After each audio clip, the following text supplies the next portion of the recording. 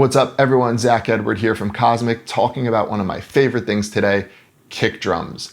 I'm going to show you guys first off how to choose the right kick, and then I also want to show you how to get your kick drums to punch through the mix a little bit more. Now I'm not going to do what all these other tutorials do and showing you to boost this and boost that with an EQ or compress this, compress that. Those things work in theory, but a lot of them will add actual peak volume to the kick drum, which is going to be a nightmare then when you get to the mix down stage because you have this really loud kick and everything else is really quiet. So I'm going to show you ways to emphasize the kick drum without actually adding any peak volume, but we will add perceived loudness to that kick drum. So let's go to the DAW and check it out. All right, so I put together this quick idea that we'll use for our kick drum tutorial. Let's just give it a quick listen so we know what we're going to be working with and focus primarily on the kick drum in this example.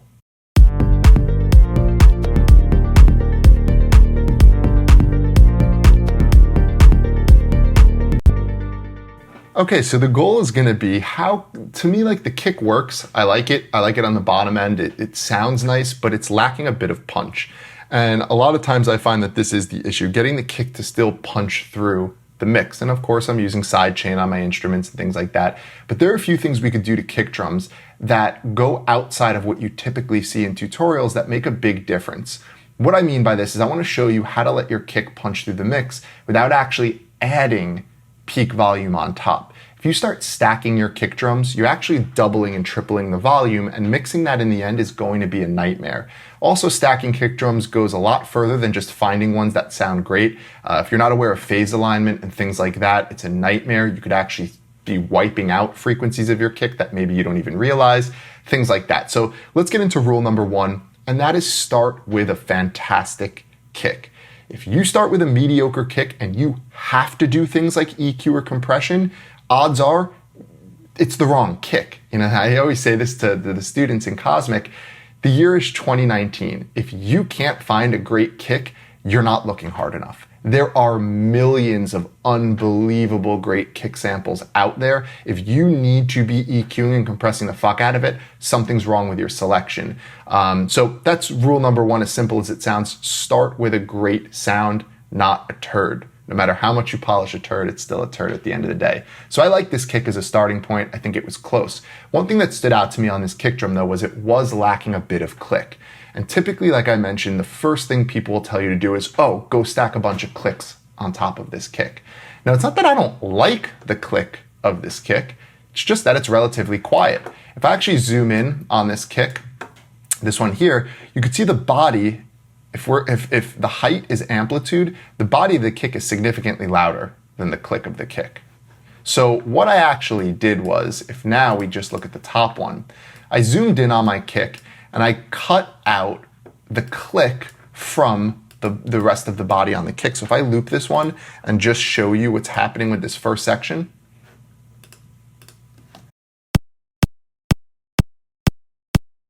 you could hear that that's just the click. If I bring the rest in,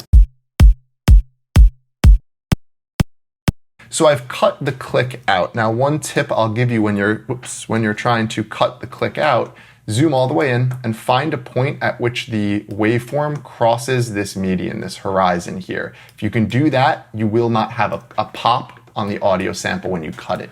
So I've separated the click from the body. Now, if we go back to our original kick for a second, let's see what the peak volume was on this kick.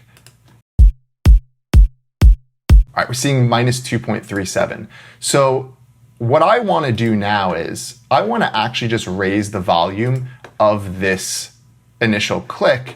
And let's see, if I raise that volume, is there any change in the overall peak volume of my sound? And you're going to be surprised to see that there isn't. So for example, let me quickly just bring back, I lost it, the metering. So now that we're going to be on the top kick, if I press play, the same exact kick as the one beneath it, 2.37. Watch what happens though when I start to bring up the volume of the click, let's say by 2 dBs. Whoa, it's still the same peak volume.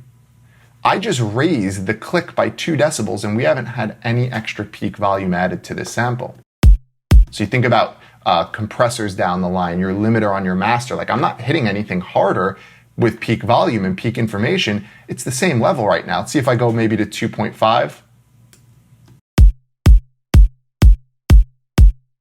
same thing. So I have some headroom here. Let's see how far we can push this. So if we go to 3, there you go. Now you see that the peak volume is changing, and you could actually eyeball it and see that the click is louder than the rest.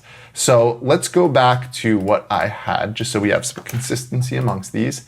And I want to just now quickly play the first bar versus the second bar for you. The first bar now is going to be the emphasized click version. The second bar will be what we originally had, and see if you could hear a difference. They're both going to be the same peak volume, but obviously one of them's click is going to be louder, these first 4. So let's check.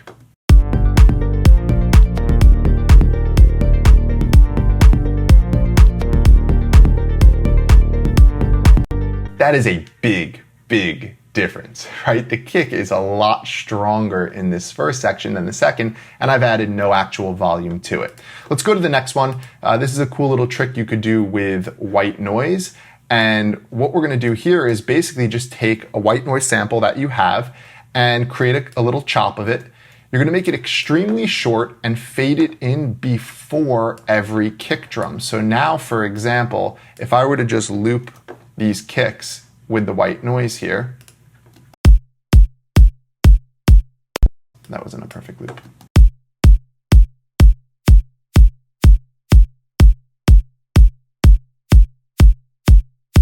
So you can see it kind of goes right before every kick. What that's doing is it's almost like pulling your ear to the click a split second before it happens. So you're actually now focusing on that initial click and transient a bit more. And in context of the mix, this makes a big, big difference. Watch this. And obviously you'd have to mix the volume of the white noise, so we'll do it.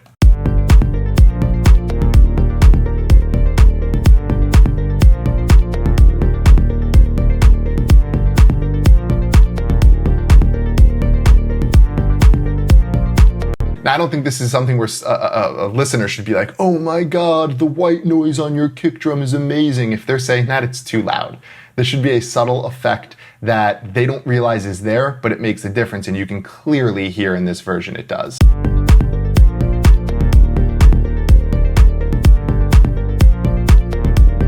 Right? That first bar of kick stands out a lot more than the second. So the final little thing I want to show you that I typically do to my kick drums is a tiny bit of EQ. Now what I'm going to do here is scoop a little bit out of the mids of my kick. This can happen from anywhere between, I find, 100 up to 450. Usually there's one frequency that'll always stand out a lot worse than the rest. It does a few things. So the first thing is it can also help you separate the bottom portion of the kick versus the top. If you think about your kick as 2 parts, a low and a click, like a sub or a body of the kick and a click of the kick, by actually removing some of this middle ground, you kind of separate the two and let them each be heard as their own. Also, if you think about it, a lot of instruments sit in this area. It's also not the best frequency for a kick drum. If I boost this area, listen to what this sounds like. It's very boxy. Right? That shit sounds like cardboard. So what I've done is I've kind of just scanned through here, and that one frequency over here stood out the most to me. So what I'm gonna do is I'm just gonna cut it a bit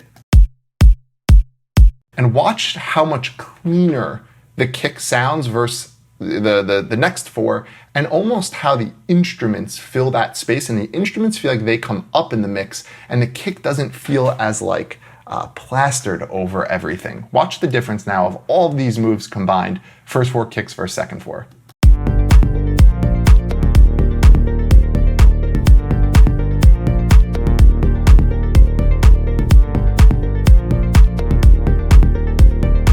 I mean, it's night and day. And again, we haven't added peak volume. We've just cleaned up our kick and emphasized, parts of it to make it stand out. So that's what I wanted to show you guys.